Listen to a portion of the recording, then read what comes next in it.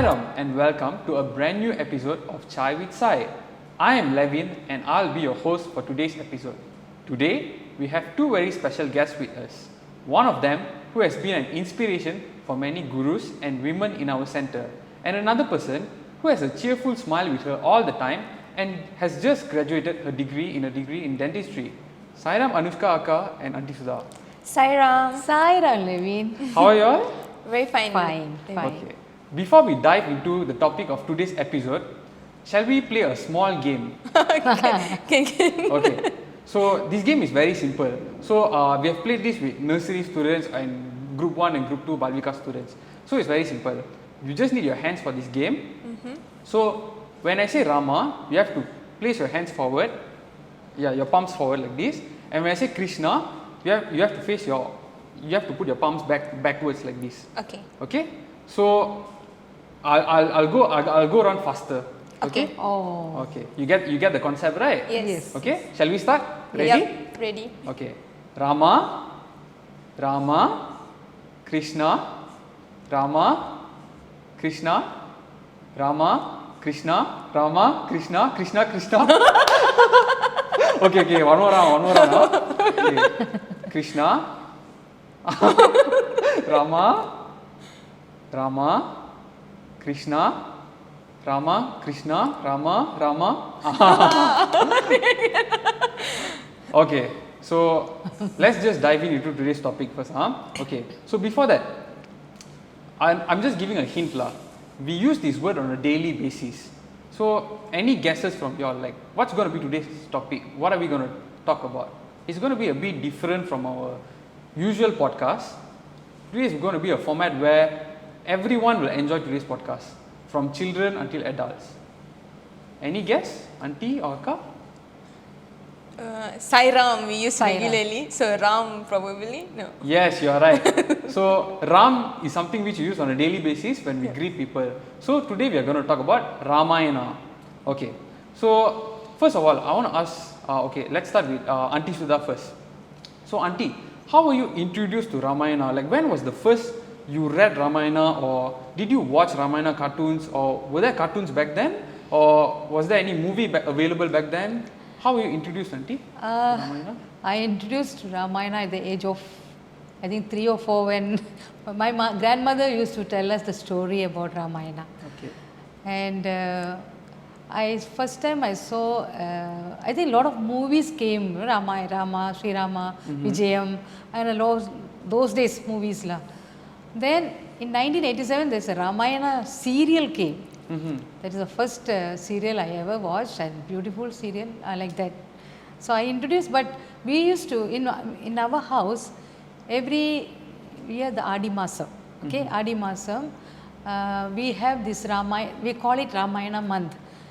31 days, every house will have recitation of Ramayana.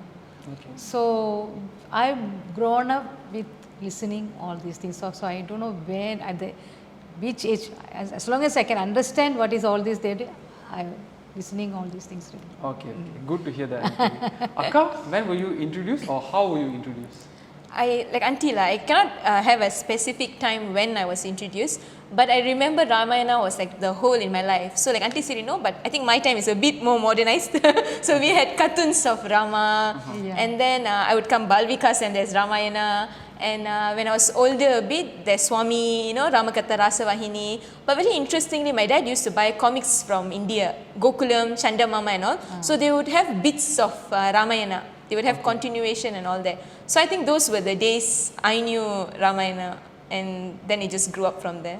Okay, nice to hear that, Akka. I think I'm from the average same era with Akka lah. Yes. Because I had cartoons back then, we had True. colouring books. So that was how I was introduced to Ramayana as well.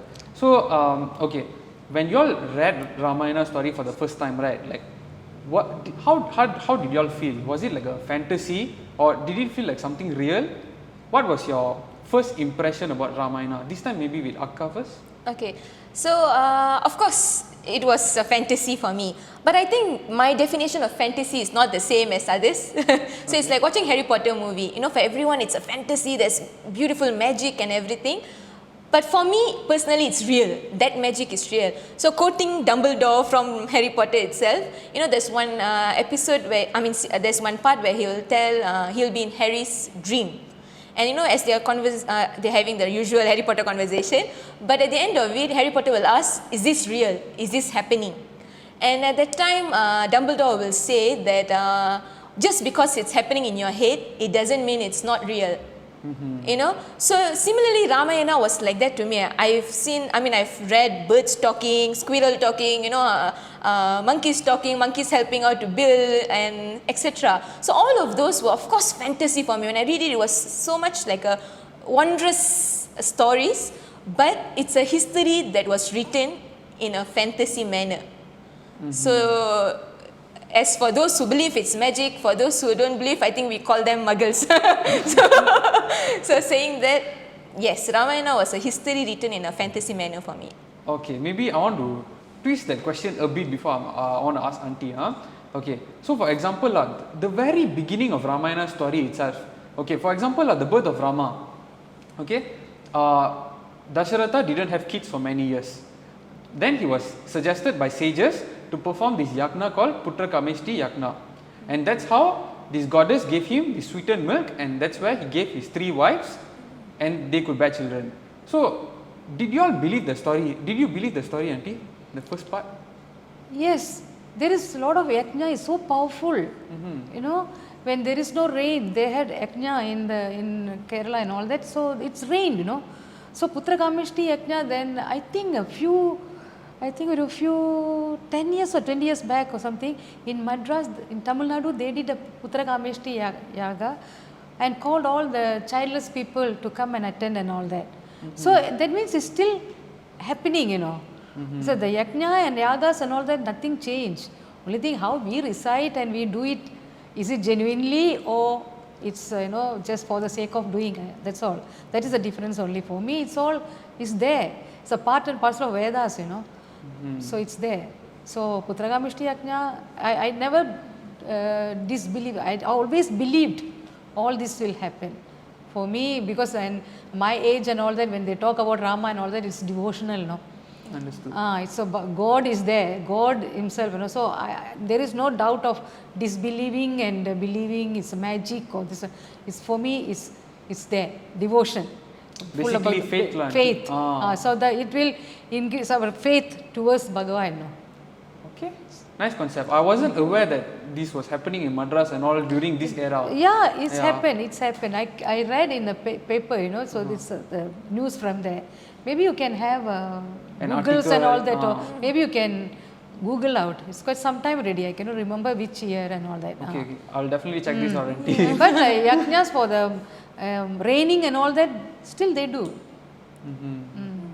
Okay, so moving forward to the next part. So we went through the birth of Rama, how they did this Putra Kameshti Yagna and all that. So the King Dasharatha had 3 wives, right? Kausalya, Kaikeyi and Sumitra, to whom Rama is the son of Kausalya, Queen Kausalya, Bharata is the son of Queen Kaikeyi, and Lakshmana and Satrughna were twins born to Queen Sumitra. Okay, so as they were growing up as princes, King Dasharatha wanted them to be very skillful in various different martial arts, archery, different skills. So that's when he sent them to the sage to learn, sage Vishwamitra, to learn different skills. Sage Vasishta first. Sage Vasishta, but after that Vishwamitra came and took them to the forest. Okay, okay. Thanks for clarifying. That time he taught them a lot of archeries and all that, weapons. So and all he that. had there were 2 sages in Ayodhya kingdom. Yeah, no. Okay. Sage Vishwamitra was doing penance in the forest area, so the demons, they are disturbing that. So he came to Dasharatha to ask Rama to come and help out. Thanks for the clarification, Auntie. Okay. It's okay. So, I'm also Learning. Learning process. All through our life we are learning, isn't it? Okay. So so this part they were learning different skills, right? Different skill sets. So similarly, right, our parents also, when we were young, maybe my parents, they sent me for music class, taekwondo classes, or abacus class, kumon. Like do you all had that back then, and why do you all think it's important in our daily practical life? To have the skills learned. Uh-huh. Did your parents send you all to for those kind of classes back then? You all have it back then, or and why do you all think it's important? Like besides going to school, lah. Auntie, you want to go? My parents sent me to music class and dance classes. I don't have any other culinary skills and all that. But actually, my family have their own colories and all that, but only boys and men. I never learned anything like that. So music and dance was my additional learning other than my school classes and all. Yeah, I know other things. And I think similar, auntie. Like my house also, we had a music were very strongly taught. Because I think at one point every parents were sending their kids to piano classes. It meant that the children had proper development of growth and etc. But looking back at it now, I think those skills helped in a lot of things like discipline. You know, we were supposed to be at class at 7, which means we were disciplined. We know what was punctuality, we know what was going to class, how to respect teachers, and all those musical things now currently like helps out with bhajans for me, greatly for me, thankfully. I am using it for bhajans and everything. So all those skills were definitely useful, and I'm very grateful to my parents. Yes, I really enjoy because stress relief, in music and the dance and all that. So it was really helpful for us. Yeah, I mean all of us learn the same thing from school, right? It's that basic template, the same syllabus. But yeah, these extra skills were helpful as well for daily life, the soft skills lah basically. So after that, as they were growing up, right? This time sage Vishwamitra, correct, right? Yes. So this time sage Vishwamitra asked King Dasharatha that he wanted to bring Rama and the other princes to the forest because he was having a penance. Okay, so he didn't want the demons in the forest to disturb him during his sacrifice or penance. Okay, so this was when Rama accompanied Vishwamitra to the forest. Okay, and in this forest there was a demon called Tadaka. Okay, and Tadaka had a son called Maricha. Okay, so Vishwamitra didn't want these demons to disturb him lah basically. So okay, we all realize, right, in Ramayana there are many demons, asuras from the beginning till the end. Okay, in our life also, right, we don't only have good qualities, we have negative aura, negative environment, there are so many negative things around us. Do you all think it's necessary? What, life can just be simple, right, very easy flow, we don't need any problems. Why there has to be negative stuff around us, negative elements around us? I don't maybe you want to start think first? so, yeah. You want to start? It's okay. Okay. I was saying these negative qualities is there because it teaches to be a good person, because we had to overcome these negative qualities. So the good qualities are there to, the negative qualities teach you how to be good. Why we need all these things? When we make something good or bad, what our karma going to be? So the things and also our life is like that. It's not always, we have to meet up all the challenges in our life. These challenges are sometimes negative qualities are the demons in our life, so we have to overcome all that. This is what I'm thinking. Yeah, same lah. Like I think everything that's happening around us, Swami always said, right, it's a reflection and all. So I wouldn't say the negative qualities are around us. Probably it's just within us, and we are, expressing it in such way. And as we are supposed to move towards divinity, slowly we are letting go of these qualities. Not labelizing them as negative or bad, but we are letting go of this. And it's very important, and it plays a role, like Auntie say, like when challenges come, Swami have given this analogy before, where like cough mixture, it's best that you shake and you drink them. Always you see that shake well before you use. So similarly, your life has to be, shaken with challenges and all, only then it gives the best sort of you. So with these negative qualities, the good qualities come out the best in these situations. So I think it's a balance and important of both. Correct, like there's this yin and yang balance also, right? Like good and bad. Like I look at it from this point of view, like, people say, you can't see light without dark. True. Similarly, you can't see good without bad. Like I look at it from that simple way lah. Okay, so moving on, so these demons, right, were there, Tadaka and Maricha. So somehow Rama managed to protect sage Vishwamitra from that his penance, his sacrifice, and he managed to perform his yagna successfully. So Rama destroyed this demon called Tadaka. Okay. So after that, they were traveling to another kingdom called Mithila, and this is where Mithila is a kingdom where King Janaka is the king. In this particular place, he had this daughter called Sita. And on this particular day, where sage Vishwamitra, he brought this princess to the kingdom, right? They were going to watch a Swayamvara, which is basically a competition lah, which King Janaka organized for his daughter to get married. They were looking for a possible groom. Okay, so this competition is basically where they had a bow, a very heavy bow gifted from Lord Shiva. Okay, so whoever could lift this bow and string this bow, right, it's super heavy. Okay, they are eligible or qualified to marry Sita, who is the daughter of King Janaka. Okay, so many different great warriors from different kingdoms, princes came and tried to lift up the bow, but nobody could, as we all know lah. And finally, sage Vishwamitra asked Rama to go. He asked him to go and try lah. So Rama also tried to lift up the bow, and he was able to lift up the bow and string the bow, and the bow break into two pieces. And then seeing this, King Janaka and Sita, both of them were impressed, and that's how they informed this to King Dasharatha, and they were married after that. And after their marriage took place, Lakshmana, who was Rama's brother, got married to Sita's sister Urmila, and the two other brothers got married to Sita's cousins. Correct, right? Yes. Okay. So after that, they traveled back to Ayodhya. The princess and Rama as well, the princess and King Dasharatha as well. So this is when King Dasharatha was getting old already, right? Okay, so now it's a short story time. Okay, so he's getting old already, right? So his plan is to make Rama as the crown prince. Okay, so he announced to his ministers and all. He took the advice from his ministers.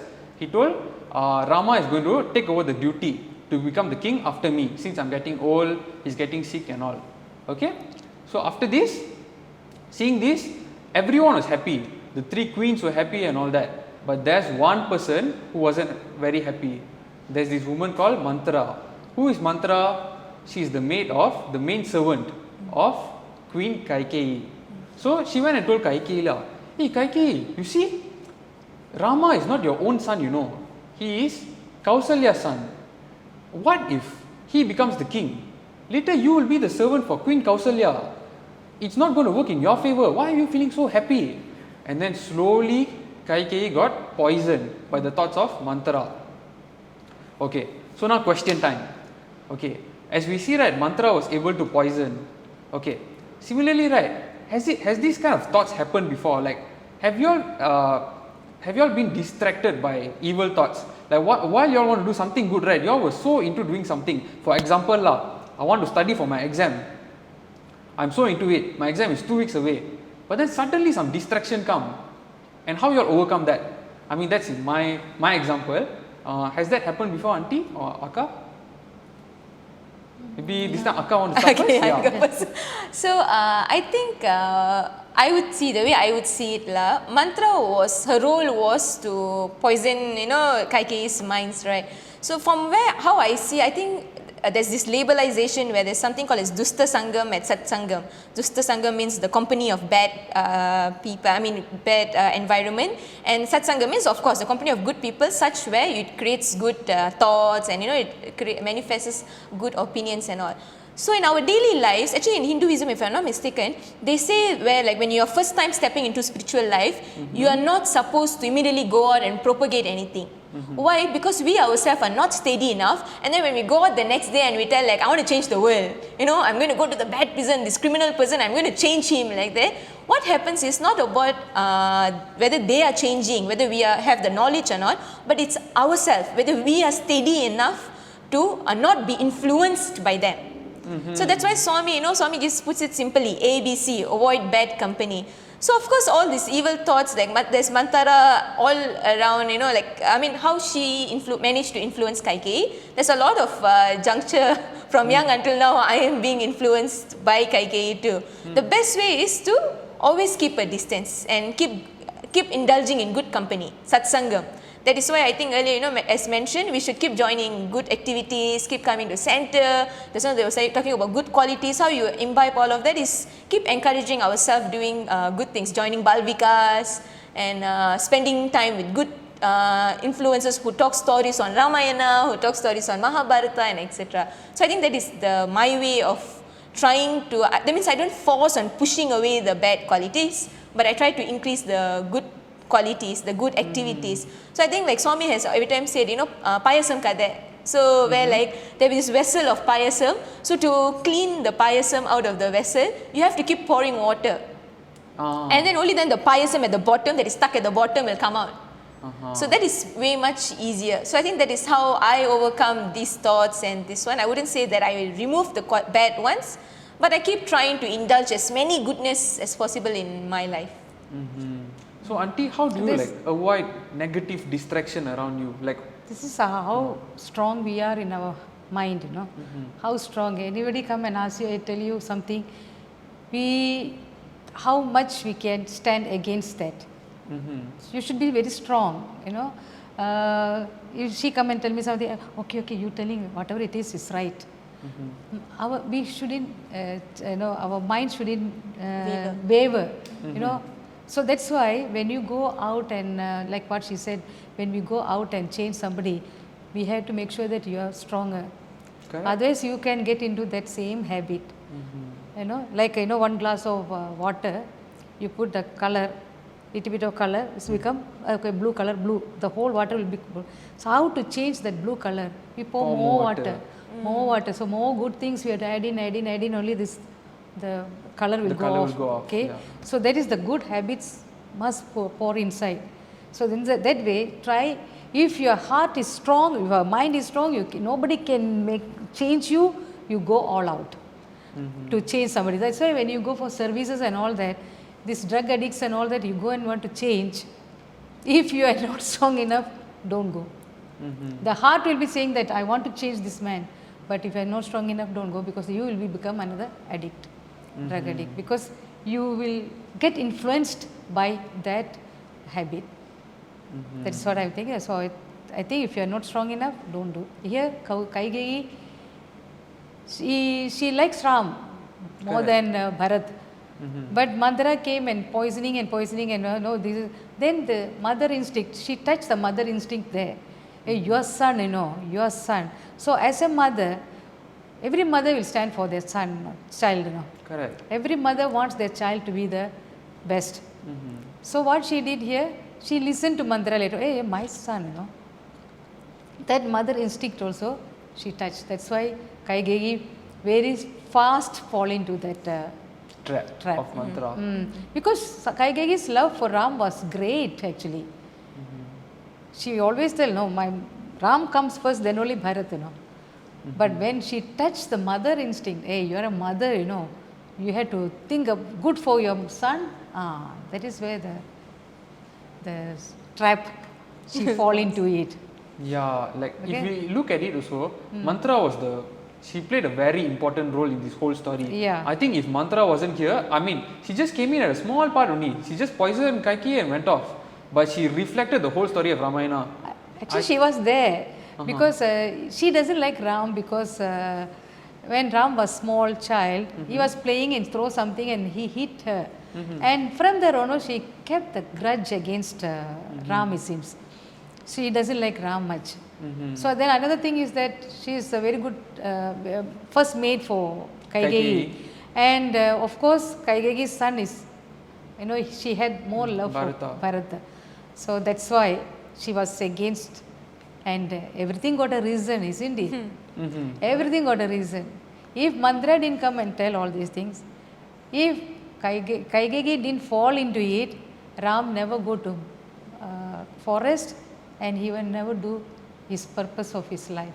There won't be Ramayana. Correct. Ramayana, because he is born, he got born here for a purpose, to destroy all the Rakshasa or demons from the world. So if he didn't go, he nicely become a king and rule the country, there won't be Ramayana, there won't be Ram and Sita's story. That's true, auntie. Like everything happened for a reason. For a in the reason. story. For a reason. Yeah. So back to the story. So this is when Kaikeyi was poisoned, lah. So back then, Dasharatha owed 2 boons from Kaikeyi. So there's 2 promises which he has to fulfill, lah. Basically. So there's 2 boons which he can ask. So she wanted to use this as an opportunity. She asked Dasharatha for the first boon, that King Bharata should be crowned as the king instead of Rama. And the second boon was that Rama should be sent to exile for 14 years. Okay? And Dasharatha was definitely sad to hear this, but he had no choice. Being a man of his words, he had to honor his words, basically. So he called Rama and he told, so you have to step back. We are not going to crown you as the king, and you have to go for exile for 14 years. Sorry, yeah. So that's what happened, and Rama took this very easily. He wasn't against his father. There was no ego issue or anything. He just agreed to what his father said, despite him knowing that he was about to be the king. He was the crown prince back then, right? And then that was when he talked to Sita. He spoke with Sita. Sita wanted to accompany Rama, and Lakshmana was adamant. He was stubborn. He wanted to follow Rama as well to exile. And so Rama brought both of them to the exile. They went there as normal hermits. So they were not dressed up as king and all. They were not dressed up as royal people. So looking at this, right, Rama had everything he needed. So he was about to be the king. Okay? But then he had a duty for his kingdom as well, and he had to honor his father's words as well. So there was a dilemma. Which one is more important? Father's words or duty to his kingdom? Why do you all think he left his people behind just to honor his father's words? I mean, it's important. I'm not saying it's not important. But why do you all think Rama did that? There are 2 types of dharma, One is highest dharma and one is lowest dharma. So here, Ram considered as obeying his father's words is the highest dharma. So when the highest dharma is there, he has to follow that highest dharma. Because he didn't become a king, So his duty towards his kingdom is not that great. Because anybody can be a king there and they can rule the country. But obeying his own father, he considered this his highest dharma. So because he's a dharmic person. Rama is a dharmic person, he followed only dharma. So he followed father's words and he exiled. Adding on to auntie, so I think like you earlier mentioned, he was almost to be crowned as king. So he was not crowned as king yet. So currently he's playing the role of a son, not the king. And plus he had Satguna and Bharata and Bharata equally who are good to be king. But there is nobody else who will be able to fulfill the role of the son, which he is supposed to do, which is going to, to be exiled. That was the role, right? That only Rama could play. So if you look at it, I mean, of course, I think I am not in a position to judge a decision that was made thousands of years ago. But I think, like Auntie said, Valmiki always describes Rama as a dharmic person. If you look at Valmiki's Ramayana, it's as a dharmic person, and Kamban's Ramayana is like as godly, Rama as God. So as a dharmic person, Rama followed his duty at that time, where as a son, only he could fulfill the role, the duty, the particular duty, only he could do it. So thus, I think he made that decision. Whereas the other one, his other siblings are also equally good. Yeah, that's the thing. That's what I told you. So, anybody can be a king, but following the father's words.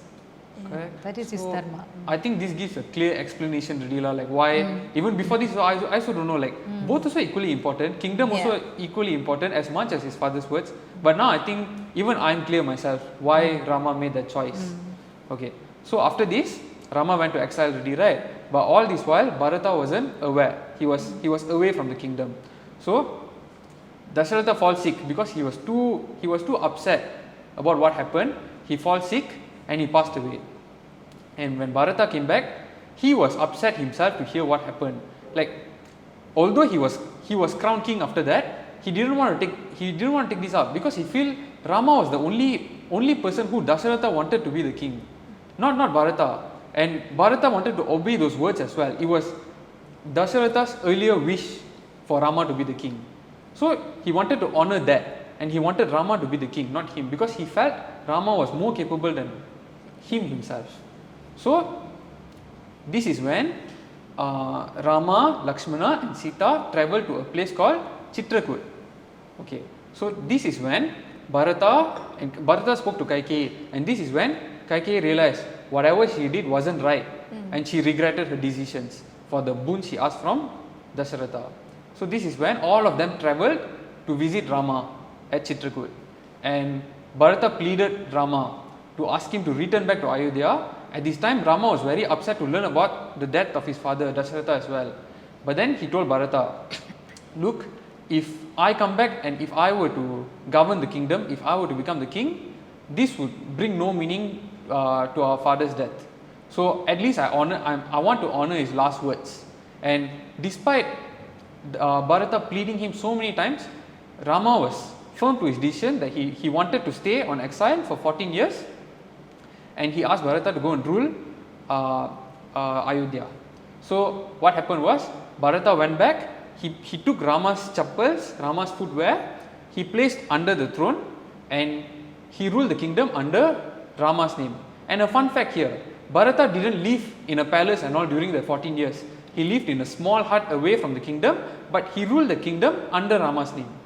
Okay, so what happened was, we could see a bond between brothers. Although Bharata isn't a blood-born brother to Rama, similarly Lakshmana also. Whenever we speak about brothers, bond between brothers, right, everyone speaks between Rama and Lakshmana. But then, don't you all see Bharata also played a very important role here as well. So, have you all experienced in your life, basically, maybe auntie or akka, like your siblings or your blood-born siblings, like giving you importance, them treating you in a very different way where you all have feel touched before? Some very special occasion done by your sibling, a memorable event, something that really touched your heart. Myself and my brother was very close friends, you know. The thing is, but we are not like Rama, we fight also. Because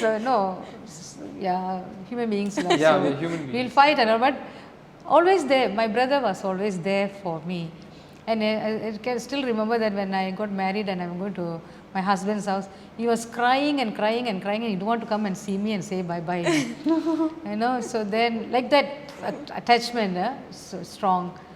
So the same way my sister and myself. My sister small, when she was small, we are not that close because age difference was there. But when she grew up, then we become best of friends, and still we are following as a best of friends, but more than sisterly affection. No? We'll share everything with each other. And after my brother passed away at a very young age also. So I still keep that in my mind, that how he used to, we used to play together, all the things we did together and all that. So it's very, very touching, sweet memories. Because he passed away at the age of 34. So it's very sorry to hear that. yeah, so it's there lah. Yeah. That bond is still there. Still, if anybody is there, it's the first thing I'll think about my brother first.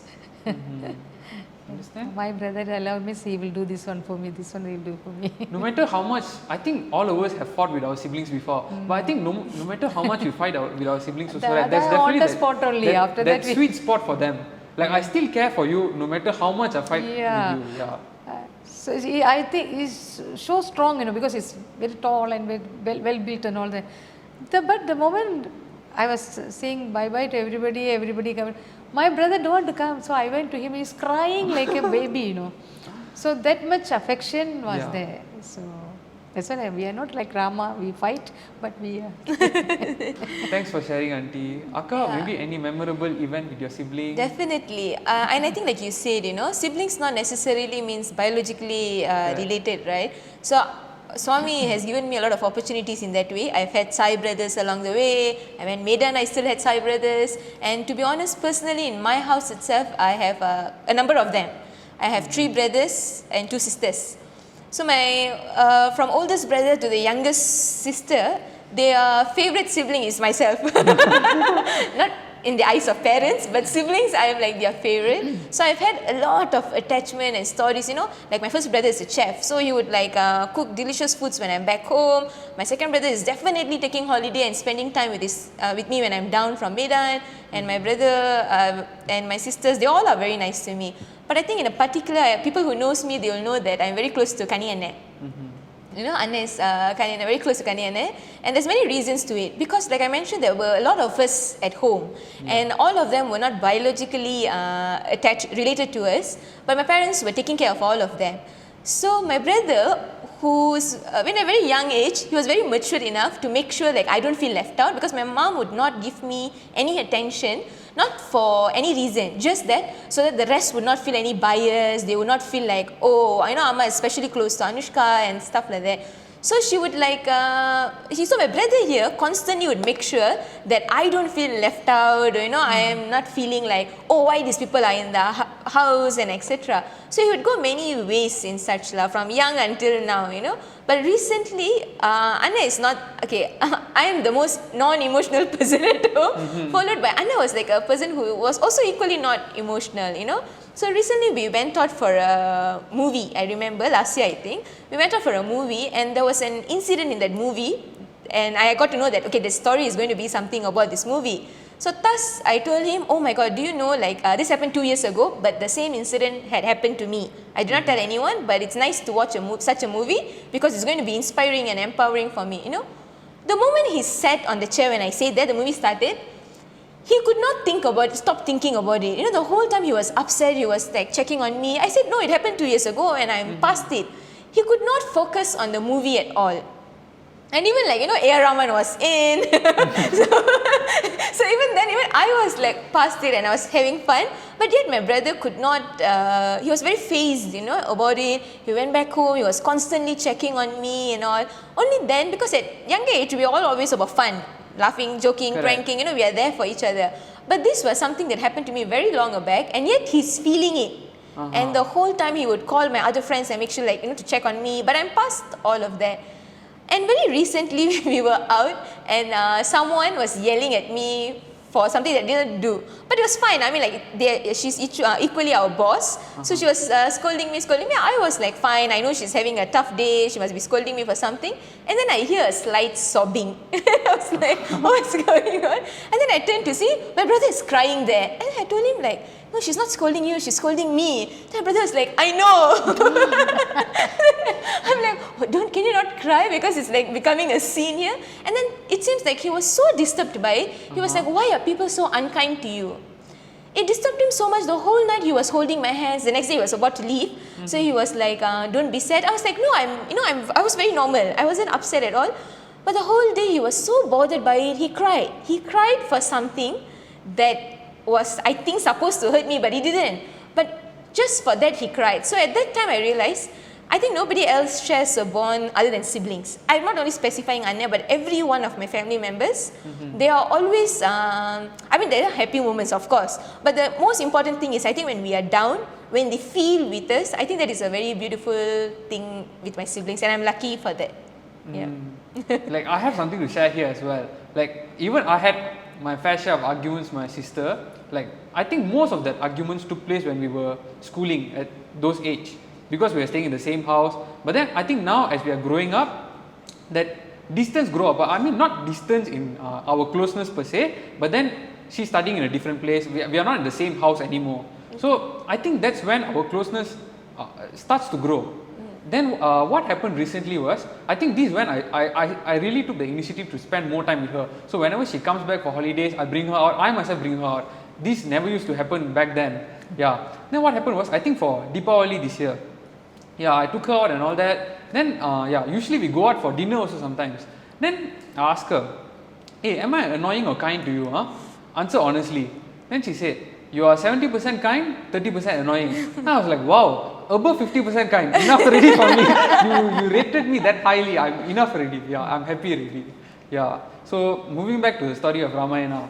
Yeah. So relationship between brothers, right? So that was seen between Bharata and Rama. Yeah. Not only Lakshmana, and yeah, obviously Lakshmana was there throughout the journey with Rama, but yeah, Bharata played a very important role as well. So after what took place at Chitrakoot, Rama decided to leave Chitrakoot and move to another place. So this is when Rama took the long journey. So there's a map of India back then, many thousands of years back. So can you all see this map? Yes. Okay, I'll show our viewers for a while. So the pink line is where is Rama's journey. Okay, he basically traveled throughout India. And can you all imagine, India is basically more than 10 times the size of Malaysia. And traveling from KL to Penang itself takes approximately 4 hours by car. And imagine him walking or traveling by boat. I think those days there weren't even ships, there weren't even speedboats. But it's so fascinating to hear that they did such an extraordinary thing back then. Yeah, and yeah, speaking about this, what is one part of Ramayana that is super extraordinary to you all? Like, wow, this thing is superb lah. Like, really, people now cannot do something like this. Auntie? Throughout Ramayana or? Throughout Ramayana, like any part of Ramayana, like, wow, this thing is really, really superb lah. Okay. I cannot believe this thing took place. Oh, I think that you know Urmila, Uh-huh. Lakshman's wife. Very few people know more about her, no? Because Correct. it's a very silent character at the background.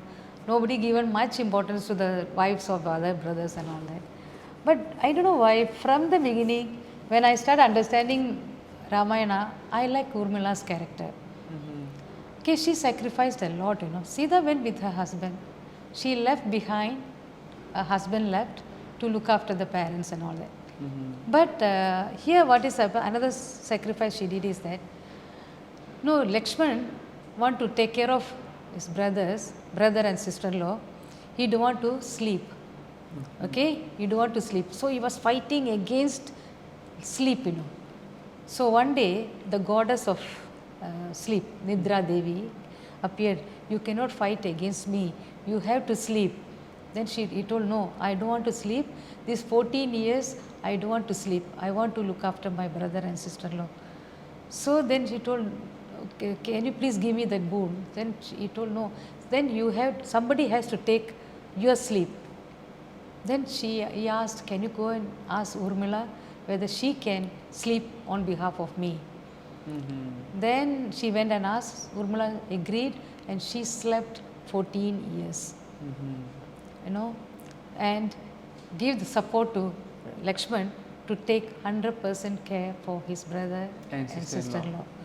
That is a wow part for me, and of course it's a favorite character, and I really like that, That part of Ramayana. Ramayana. It's Valmiki Ramayana is there. I think some of the other Ramayanas not told that. So I really like that part, she's taking off the 14 years of sleep. And because if he didn't do the 14 years of sleepless night, he cannot kill Indrajit, Ravana's son. Meghnad. His another name is Meghnad. Because Meghnad got a boon that who can kill him is that who conquered the sleep. Who can conquer sleep only can kill him. That is the boon he received. So if he didn't do this 14 years of sleepless night, he cannot kill Indrajit. Yeah, looking back at the story, like everything happened for a reason. Everything like for something will happen, it will give an effect. Yeah, he didn't thought about it that he's going to kill somebody who got a boon that who can kill him, who conquered the sleep. That one only, he don't know that time. That time he wanted to look after his brother, that kind of respect and love for his brother, Lakshmana is one thing, that much of love. His all brothers are like that. Bharat is another side. Okay, but this is what he did, and Urmila supported him in a silent way, taking off the sleep. That is a wow part for me. For me, like there's one wow factor. Like, have you heard of this squirrel story, auntie? Like why they have the mark? Yes. Why they have the mark behind? So apparently it was during when they were building the bridge to Lanka, right? Which later on we will visit this story. So apparently the squirrel wanted to be part of it as well. Like it felt so helpless. It felt really small because the Vanaras were building. The Vanaras were putting stones onto the ocean. So the squirrel felt so helpless. And the legend story says that the reason why the squirrel has the 3 lines behind its body, its back, is because when it rolled around the sand and it started tapping right to fill in the gap between the holes, Rama actually patted behind on the squirrel's back, and that's the reason why Rama appreciated their help, you know. Such a small creature, still they want to help. So they will go to the sea and get wet and roll on the sand, go back and put in the thing and come back. So watching this, Rama's just patted them with so the 3 marks came. Actually, I remember listening this story for the first time from you, Auntie. I was your Balika student back then during group 3. Yeah, and that's the wow factor for me. Akka, maybe from you? Okay, of course I'm going to mention my favorite character, Hanuman. So I think we all are aware, whenever people say, if you are having anxiety, depressions, anger, or like you're jumpy and all, people refer to it as monkey mind. Alright, so that means like monkey supposedly refers to restlessness, playfulness and all. So that monkey who's restless and playful and all has evolved into a divinity, and it's sitting in our prayer altar and everything. So an animal that is subpar below human, and we all are now praying it like as though it's above us, beyond us. And why? Because only one thing I would say, it's the love towards Rama. To compare, like to make it easier, like a mom, a mom and a child. If the child is playing and the mom is cooking, so there's something dangerous going on, right? Got knife, cutting, gas and everything. But the slightest sound or cry of the child, the mother is able to run towards the child. That means the mother is so super focused on the child. Why? Because the love the mother has towards the child. So similarly, I feel that's what happened here. So the love of Hanuman had for Rama was so beyond imagination that his focus, automatically his mind became focused.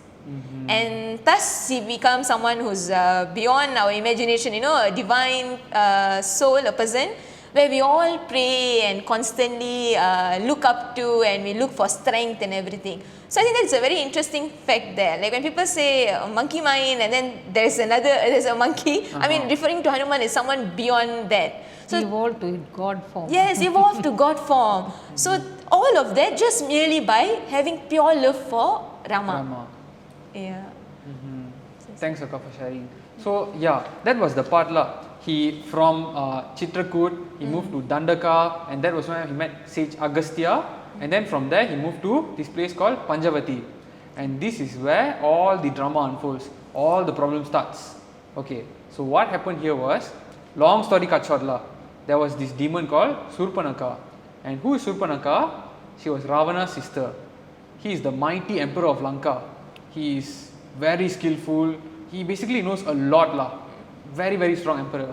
So his sister had an eye on Rama. She felt that Rama was very skillful, very good looking. She had an interest for Rama. So when she approached Rama, Rama politely declined her. So Rama wasn't interested on Surpanakala. So she disguised as a beautiful woman when she approached Rama at first place. Okay. So seeing this, she started disturbing Sita.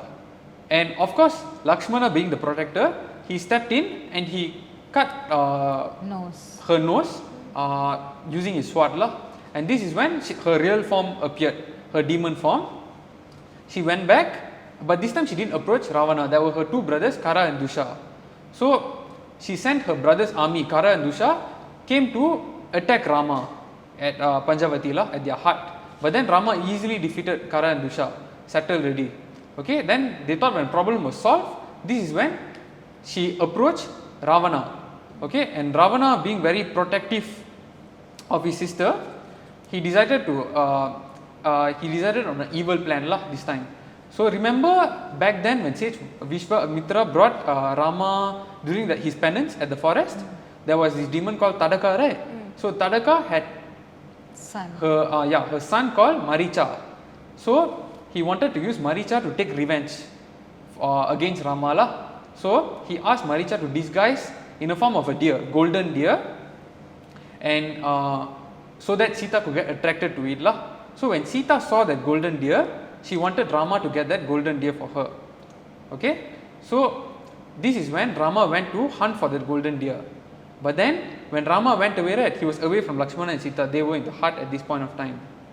So Rama went to hunt for the deer. Somehow Rama, he managed to shoot that deer using his bow and arrow, and that deer died. So when the deer died, Maricha's true form appeared, and he called for Lakshmana and Sita in the voice of Rama.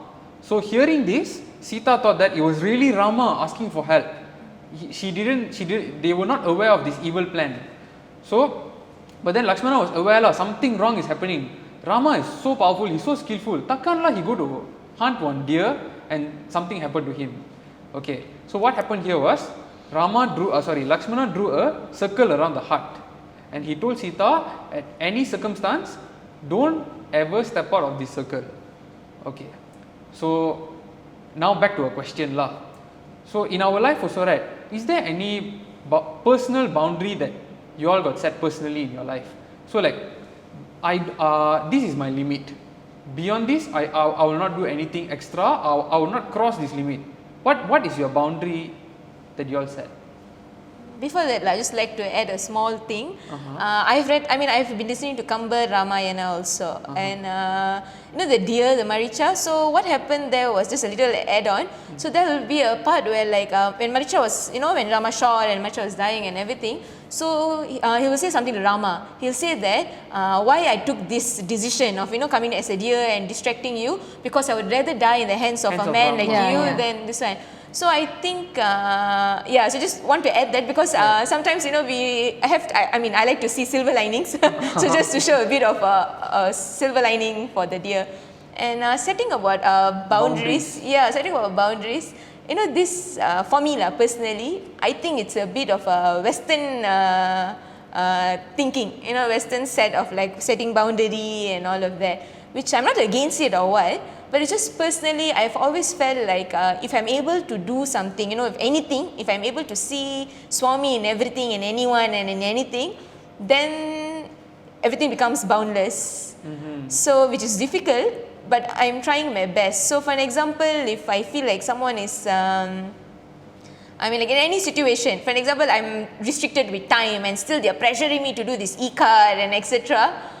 And that's why I have this habit where instead of saying, no auntie, I'm not able to do the e-card, I somehow say yes, because I feel like if it's Swami's work, if I believe it's Swami's work and I say yes, somehow everything falls into place, and no matter what, I am sai-filled and feeling amazing. So, so this personal boundary thing has been always around me, hearing people every time tell me you should set some and you should feel this and all, but it's something that I personally have not been practicing or getting in touch with it lah. Okay. Auntie, maybe like your boundary to differentiate between what is good and what is bad. Yeah, that's the thing. Based on the situation, okay, how much I can go and where I have to stop the myself. Limit is there. So I won't, if I think that it's not good for me, then I won't go more than that. I'll stop there, because I know my limit. We have to know ourselves, isn't it? So that is according to the situation only. I think it's very helpful. I've known Swami, one of his professor, he'll have the habit of smoking. One of the lecturers he has the habit of smoking. So he'll ask Swami how to stop, smoking. It's not an easy habit, right? So that Swami got tell him, every time you smoke, you leave one cigar for me. So when he start doing that, automatically he start reducing, because he start thinking of how the cigar is affecting Swami. So I think in every activity, if you try to include Swami in it, automatically you will know which is the boundary, which is not, where you would want Swami to come with you, from how far and everything. You should understand how far we can go. So moving on to the story part, right? Remember the circle was drawn? Okay, so this was when Ravana decided to took the opportunity. He wanted to go and abduct Sita because no one was around. So he disguised in the form of a sage and he asked for food from the hut. But Sita, she wanted to give from inside the circle. But this was when Ravana insulted her. Oh, you don't want to come outside the circle, you don't want to respect the sage, is it? So she also had no choice, she wanted to respect the sage and she stepped out outside the circle. And this was when Ravana took the opportunity to catch her, abduct her, and he brought her to Lanka. So now Lakshmana and Rama are in search of Sita already. So this was when they traveled through the kingdom of Kishkinda, where they met Hanuman, who is the main minister for the Vanara kingdom. So he was the minister for this king called Sugriva. Sugriva is the king for the Vanara kingdom.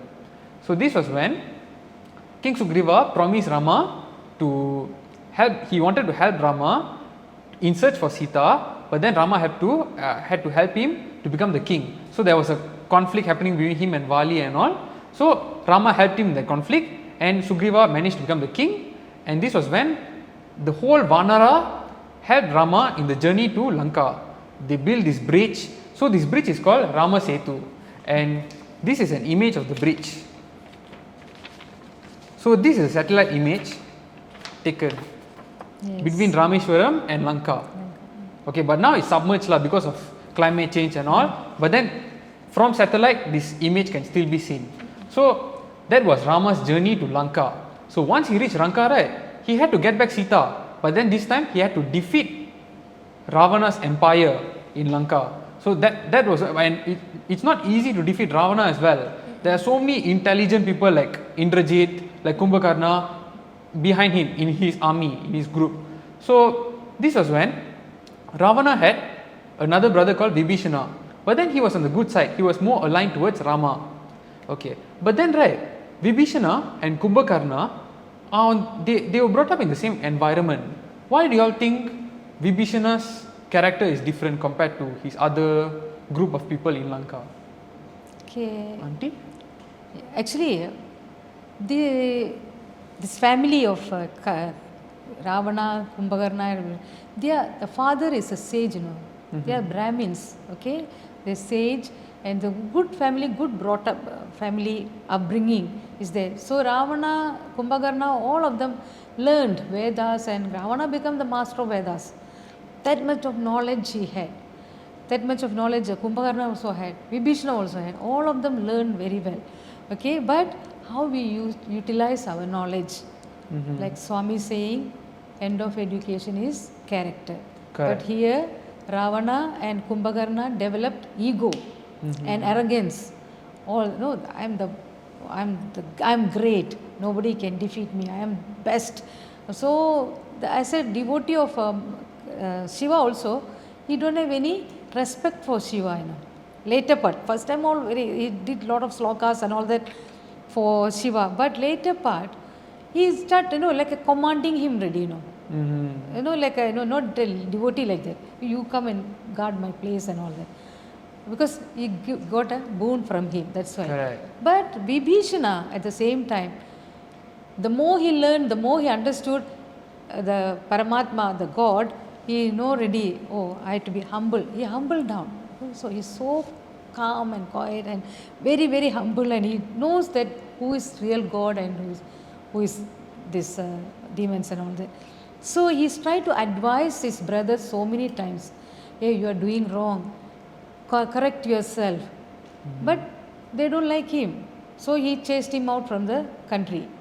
Ravana chased him out because he doesn't like the good advice. He is trying to give a good advice to the brothers, but no. So because the same family, same situation, same education, but how we develop ourselves. Correct. That is the main thing here. That's why you're thinking why they are different from this side, that side. I'm just cutting short because she. No worries, Auntie. No, No worries. I think like what Auntie said is the same. Like for example, my house itself, we have like 6 of us. Same food, same privileges, same money, same advantage and all. But my oldest brother is a chef, second is in IT, third is a doctor, fourth is a teacher, myself I'm a dentist, the last is an accountant. So we all are various because everything is given equally and same. But how we use it, how we attract and which we are attracted to, how we manifest it is like Our perspective towards our perspective towards it is like our own responsibility. And actually, if I'm not mistaken, Kumbhakarna, when he was awoke and he knew that okay, Ravana had Sita in his captive, the first thing he went and told is actually return back another man's wife. He did not support the idea first. The first thing he told was you have to return back another man's wife. And then after that he gave a long lecture of how wrong it is to hold in captive of another man's wife. And when he went and met Vibhishana, he said, I know what you are saying is right, but during the 6 months that he was asleep, the one who took care of him, the one who protected him, the one who provided food for him, all of it was Ravana. So in his way, he has to support Ravana, because during that 6 months he's asleep, the one who takes care of everything, his duties, his care, everything that he needs is Ravana. So they all are of different character, and like Auntie said, they all are taught the same, but they all have qualities and characters and personalities that they attracted and they learn and they want to adapt to on their own choice. Whether they, how they want to use it, it's depending on that particular individuality. Yes. Kumbhakarna want to show his loyalty towards his brother. Ravana. Yes. Okay, so but Vibhishana is here to try to Make his brother understand. save him from the destruction. See, he knows that if Rama come and do something, everybody will die. Ravana, Kumbhakarna, the whole clan will destroy. The whole kingdom will destroy. So he want to save that. He try to advise his brother, but he don't want to listen to the advice. Even Ravana's wife told Lakshmana, instead of cutting Suparnaka's nose, you should have cut her off, so that story wouldn't have reached them. So everyone there had that one goal, to save the whole kingdom. Yeah. So, but some the people who is interested that they are not interested in this whole kingdom. They thought, no, my ego, I don't want to give back. They got blinded. So what happened after that was, Vibhishana knew what were the consequences were if they were to go against Rama. So what happened was, he told his brother, but then his brother, he did not agree with Vibhishana. Ravana was not in terms with Vibhishana. So what Vibhishana did, okay, you do whatever you want, I'm going to surrender to Lord Rama. And then what Lord Rama told, when you manage to defeat Lanka, you will be crowned as the king. Because he wants the kingdom to fall into someone responsible should lead the kingdom. Okay. So what happened was, a great battle took place between both sides. The Vanaras were against the Asuras. Many people were injured along the process. And in the end, Rama managed to defeat Ravana. And finally, Vibhishana was crowned the king of Lanka. And at that period of time, the 14 years of exile ended. And Rama, Lakshmana and Sita travelled safely back to Ayodhya. And that's when Rama, he ruled Ayodhya as the king as usual after that.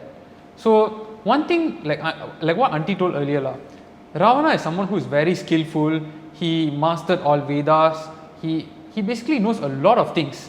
Sometimes I while reading the story, I feel like he's more skillful than Rama himself. Yeah. But why he was defeated so easily is because of his ego. Like what Auntie said.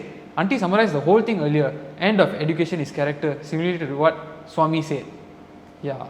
So even when Ravana going to die, Ram asked Lakshman to go and get his sermon. Okay, because he told you go and ask him to teach you the value of life.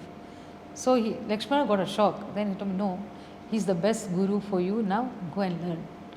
So Ravana sent Lakshmana. First Lakshmana went to the head side. He told, no, I won't teach you. If you want to be my disciple, come and stand near my leg side. So he will go and stand near the leg side, because as a guru at the feet of a guru, feet of the teacher. So then he taught him a lot of things, which was useful for that. As a king, he can make use of it. Understood. So, like, to wrap up today's session, today's podcast, like all this while I've been narrating the story, right? Yeah. So, are there any part of the story which you feel like, oh, this character actually it's not that good lah. If you look from a different perspective, this character is actually bad, or maybe this character is not bad lah. Actually, this character is good. I've heard a different version of story to this. Maybe do you all have anything to share, Akka or Auntie? I want to tell about the Kaikeyi part, because everybody think that Kaikeyi is the most villainous, villainy of this story, because that's why Mandara and that's why she sent Rama to 14 years. So then think about it. Her father, when Dasharatha went and asked for her in marriage, her father told, no, if I want to give you my daughter, you have to make her son to be the king of Ayodhya. Then he agreed. The father, Dasharatha given a word to her father. Kaikeyi's father. But later part it all changed, you know, when Rama came, Kaikeyi loved Rama more than her own son. Then the coronation time, first time Madara came and told her, she given her chain to her, you know, that happy she was. Okay, but before the coronation, in another version, is that Lord Indra approached her and told her that please stop this coronation, because if Rama got coronated, the purpose of his life is not going to fulfill, because he need to go to forest and get rid of, actually eliminate or destroy all the Rakshasas to save the people and the rishis, you know, who doing tapas there. Actually, Kaikeyi was very upset, then finally she agreed. But in front of others, she will be the villainy. Okay, but actually she was doing a favor to the gods, the devas and all that, because otherwise the rishis stop doing the prayers and there won't be any prosperity in Devaloka, you know, because for the whole world depending on these rishis who praying for the welfare of the whole world, whole universe. So that's why they are asking her to do this. That's why Rama born. This is the purpose of Rama's birth. Okay, so that is one thing. So I don't think so Kaikeyi is that cool. villainy lah. But they had to show her as a villainy here. Another thing is that so that means Dasharatha gave her 3 boons. 1 to her father, 2 for her, to her during that war, you know, she was helping him. Then another thing, Dasharatha has to die, because Dasharatha also got a curse, had to die when no sons around, Putra Dukham. Because there is a story saying that once he went for a hunting son, so he heard some sound, so he thought some elephant or something is drinking water from the river. So he can hear the sound, he can shoot arrow, you know. That skillful he is. Then he should, but then he heard a cry of a human being. So he went there, one small, rishi, young rishi. He got wounded and he was going to die. So he apologized to him. Then I told, never mind, you take this water to my blind parents. So he take the water to the blind parents. When they came to know that he killed their son accidentally, but they cursed that you will die like me. My only son you killed. So you also will die without any children around you. That time he's not got married or you don't have children like that, So he didn't take it that seriously. But later, that moment he realized when the Rama was going to have there's a curse, Thanks for sharing, Auntie. One thing about Auntie Sudha is like all these Puranic stories, all those fun facts, the small gaps in between, she will come and fill it in. Yeah. Okay. And also another thing is that they always tell Dasharatha don't have children, they did Putra Kameshti Yaga to get children. But they got a daughter. The first child was a daughter, but they given her in adoption, Shanta, her name is Shanta. So they got 5 children actually. That Shanta is the one who married to Rishya Shringan, who came for Putra Kameshti Yajna. He is the one did it, the Rishi. He asked her for marriage for doing this Putra Kameshti. So she married to him, Rishya Shringa. Okay. Akka, maybe you have anything else to add on before we wrap up today's session? I think we have to have another session of if it just keeps going back and forth. I mean, Ramayana is a very huge big. story. Yeah, very huge. It's definitely 1 hour episode is definitely not enough to justify that story lah. True. Yes. Okay, but I definitely hope all viewers either listening from Spotify or YouTube at home definitely enjoyed today's session. So we hope that's a good takeaway. Until then, stay tuned for the next episode of Chai with Sai. Thank you and Sai Ram.